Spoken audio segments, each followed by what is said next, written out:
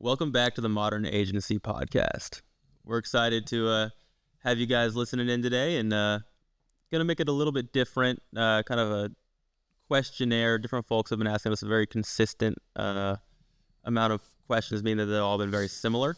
And so we want to be able to kind of answer those for you guys, since they've been the same repetitive questions, and it's just kind of fun to be able to talk those over. All right. What's up, Sam? Nice glasses. I like them. Thank you, bro. Right. Thank you. All right. Looking very intelligent, refined, sophisticated. Yeah, the headaches are gone, and I'm just trying to look as intellectual as you are. All right. Well, you look very smart this morning. Thank you. Okay, so we got some questions here for you. All right. You've obviously seen a lot of success as a top producing agent. You've done it in 4 or 5 years here, which is quicker than a lot of people do it. So what strategies have helped you become a top producing realtor in the St. Louis market? Consistency. I would say consistency and outlining who are you and how do you want to serve your clients best. Everybody's going to serve their clients a little bit differently, but figuring out who you are and the kind of value that you can bring, and then also just educating yourself so thoroughly. I mean, spending so much time and energy when you first get into the industry on making sure that you're, one, the most educated, but then two, that you can apply that education that you've taken and actually use it to benefit every single one of your clients in different scenarios. And so I would say those would be the two attributes. Okay, so consistency, knowing your core values as a person, an entrepreneur, how you bring value to your clients, and then what was the last one? Educating yourself relentlessly. Okay, all right. So three key points. Being able to apply that education. Yeah. I mean, because so many people will just go and they educate themselves for endless amounts of time and learn all this information, but then they can't actually take that information that they've learned and apply it to scenarios in life or to other individuals' scenarios in their lives. And so I think being able to learn but then actually use that information in your life is the important part, because you can just keep learning all day long, but until you can actually take that information that you've been given or that knowledge that you've received and apply it, that's where the real success starts coming. Yeah. Do you have any practical ways that you, maybe it's a hack or strategy that you have that allows you to take knowledge from the headspace out into the real world and apply it immediately? So it's kind of funny because I think you don't want to learn too much at once before you start applying it. And so say you're reading a book and you get a really good idea out of that book, then you just keep reading. Well, you're not going to have remembered that idea once you've received other good ones. So take that idea that you've gotten, write it down, then start applying that into your day-to-day routine, into your business, start learning more about that topic that you've learned about in that book and really focusing on that and getting that applied, opposed to just, oh, that's a really good idea. I like that. Right. So instead of trying to get all the knowledge at once before you start implementing, in little chunks, little nuggets, then you incorporate them into your daily practices, your rhythms, your strategies as you go, rather than, trying to wait till you know everything to start making progress. Makes a lot of sense. And you don't have to know everything to see success, right? I think a lot of the time it just comes to pulling triggers, right? And taking action. I had a meeting with one of the guys on the team this past week, and the number one thing I just kept focusing on over and over again was action. Take action, and without action, you don't see anything at the end of the day. Yeah, about activity level, right? You gotta make inputs if you're going to see results. Absolutely. So it's kind of a numbers game, right? How many actions are you taking? It all translates into different amounts of activity levels that then translate into different things like higher closed sales volumes, more clients served, more wins for people that you get to serve. Absolutely. And so, I mean, my conversion for, like, when somebody comes to me and they say, hey, Sam, I want to buy a house, right? I'm so focused on getting them a home instead of actually generating more business that it actually generates me more business. Does that make sense? Yeah. Because I'm so focused on their success that they in turn want to shower, us with more clients because of the experience that they had. And so when I got into the industry, it was, okay, well, how can I bring the highest level of value so I don't have to focus that much on actually generating more business? It just comes to me naturally. Right. Your best way to market is to do a really good job and then get referrals. Yeah, I think. Yeah. Yeah. What is your product, right? Right. If your product is so good that you don't have to market it, then that's a really powerful tool, you know? And so how can I make my product so powerful that, it's something that people really desire?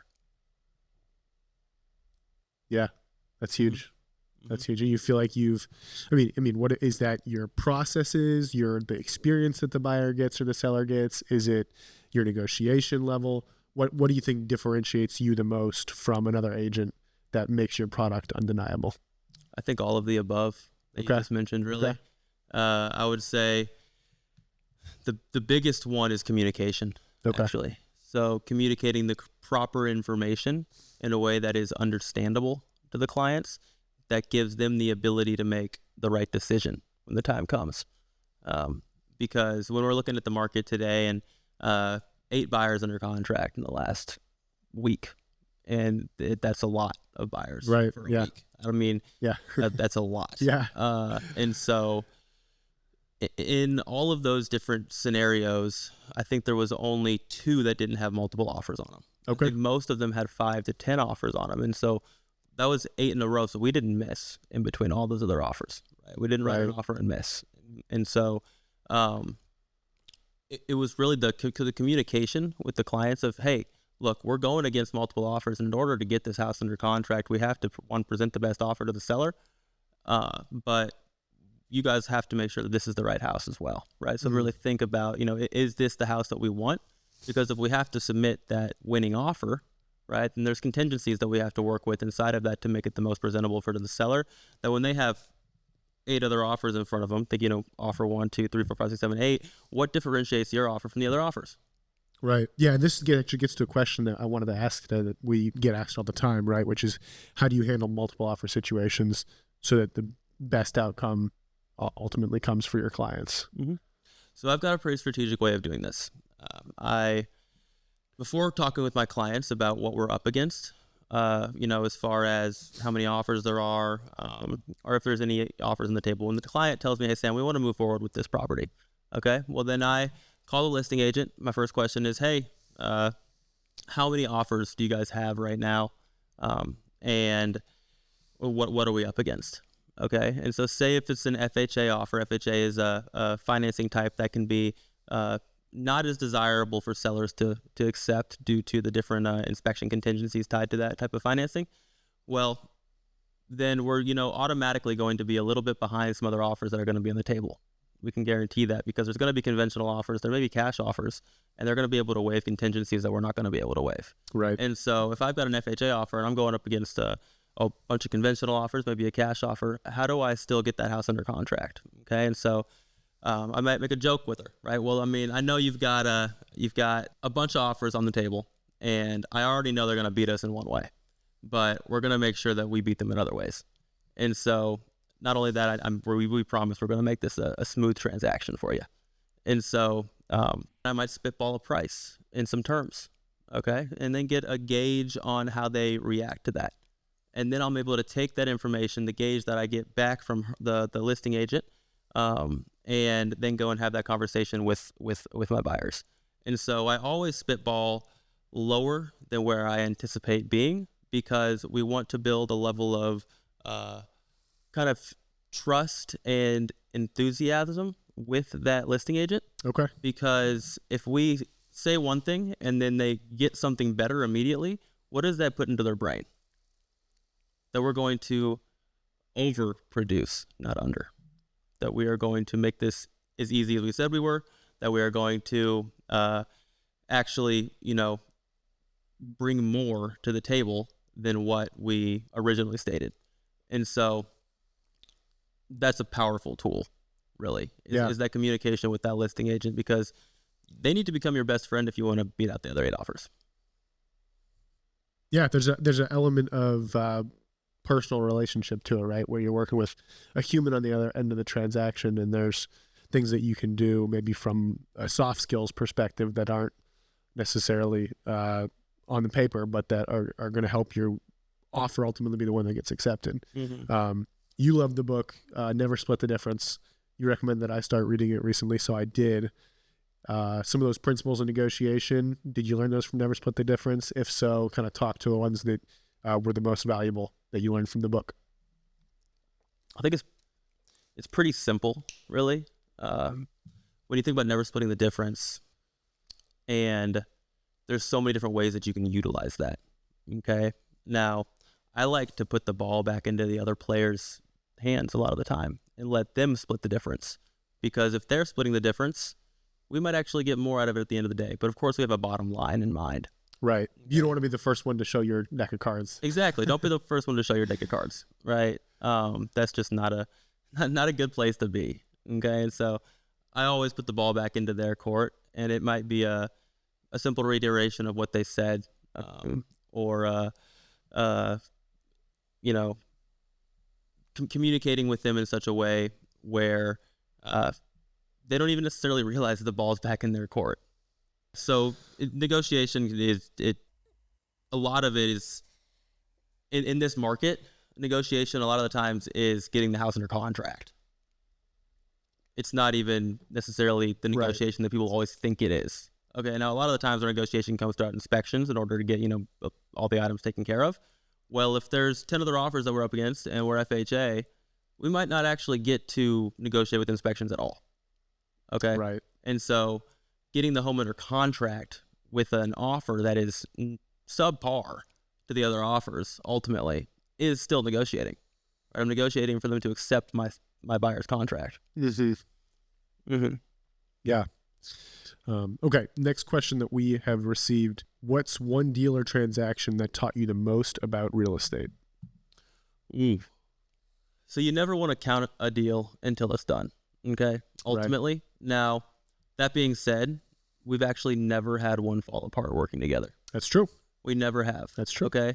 Now, we've had deals that were a little hectic, right, at times. Mm-hmm. Ones where me and you were in the office until 11 or 12 at night trying to figure things out for our clients. Many phone calls, conversations, getting things hashed out. Right. And, we're walking a fine line sometimes with that, and it's not necessarily anybody's fault ever. Okay, that's the crazy thing. I mean, things can pop up on the financing side in particular, as far as credit or DTI or job history, right? Or changes in circumstances once somebody goes under contract. That have something pop up, and something hits the credit, something changes with income, job employment. Mm-hmm. Then we got to start make a different contingency and pivot. And, analyze, is this still the best thing for the client ultimately now that there's changes have transpired? And then if it is, then how do we still find the same solution ultimately to accomplish that goal? Mm-hmm. Don't lose your job, change your job, or go buy a Lamborghini while you're under contract or looking for a house. And actually, don't even go buy a new fridge. Okay? Right. Buy your fridges after closing. Fridges after closing. Mm-hmm. Say it again. Don't spend money while you're looking for a house on your credit. Unless you're doing things like continuing to pay your auto loans and use your credit cards as normal. Correct. Yes. And that will not only make your life easier, it will also make our lives easier. That's right. And the seller's lives easier and everybody's lives easier. Exactly. Yeah. Exactly. But we've been able to save some transactions. That's right. And that's the biggest reward. Right there is seeing a family that the deal would have fallen apart if we just didn't fight for it, and then they get into the house that they were dreaming of getting into, and it all just comes together at the end of the day, and that's the most rewarding part of this job, I would say, for me. Absolutely. Yeah, I agree. I agree. Another question, what advice would you give to new agents or investors looking to break into the St. Louis real estate market? I guess start with agents first and then go to investors second. Agents, be hungry, take action, read books, learn from people who are being successful in the space. And don't just learn all day long. Take that information that you're learning and go and apply it. Okay? But don't walk into the space thinking that you know everything because you passed a little real estate course either. Okay, that little real estate course has, good laws, and studying for that side of thing, it's value. But when it comes to actually being an expert in the market and an expert with working with clients, that comes with lots of experience, lots and lots of experience, because we've solved a bazillion problems, okay, that come around the different transactions. Until you've solved so many problems and been an excellent problem solver for people, you're not going to want to ultimately handle all this on your own. You should have an agent who's holding your hands, and in my opinion, through at least the first 16 transactions. And so having somebody who's going to personally walk you through, and that's what we have on our team right now. I'm very picky about bringing agents on in general, just because I want to make sure their core values align. And we also don't want to bring on more new agents than ultimately I have the capability of bringing the highest level of value to them. And so on our team, if you get your license and you've never sold a house before, well, then you have to work hand in hand with me throughout your first 16 transactions. You're not allowed to negotiate a sale or write a contract without me reviewing and having conversations with the listing agent and with you throughout the process for your first 16. And even after that, I want them to be able to come to me with any questions that they might have, because you'll continue having questions after your first 16. It gets into the hundreds before you stop having some questions pop up. Seriously. Okay, so find a good team or mentor or somebody who you can work underneath for the first 16 transactions. That would be my recommendation to agents. Okay. Yeah. How about investors? Investors. Ooh, so much we could talk about from the investment lane. Don't do too much. When you're first starting out, don't do too much. And have partners. People shy away from having partners, but a lot of the time they'll have a different skill set than you might possess.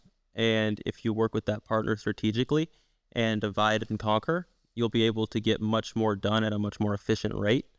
Now, don't partner with somebody if you could just hire that role at the same time, if you've got, an extensive amount of knowledge already.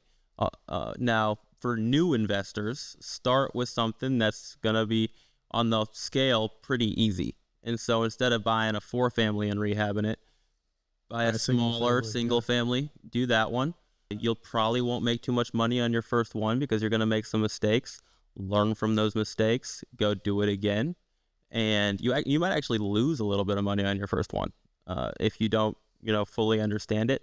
But being willing to pull that trigger in order to just kind of take the leap, you're going to learn so much. The minute you jump off that cliff as an investor on your first deal, you are going to learn so much throughout the process, and you are going to make mistakes that you will never make again.